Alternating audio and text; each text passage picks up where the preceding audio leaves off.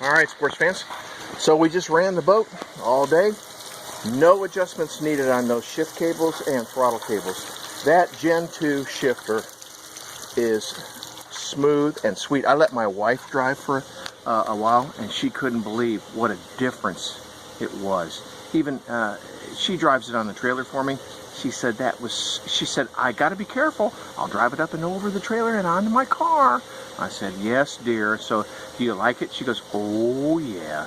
And we skied some people today. So, that Gen 2 4000 with new shift cables on this old boat, it's the only way to go. All right, guys. See you.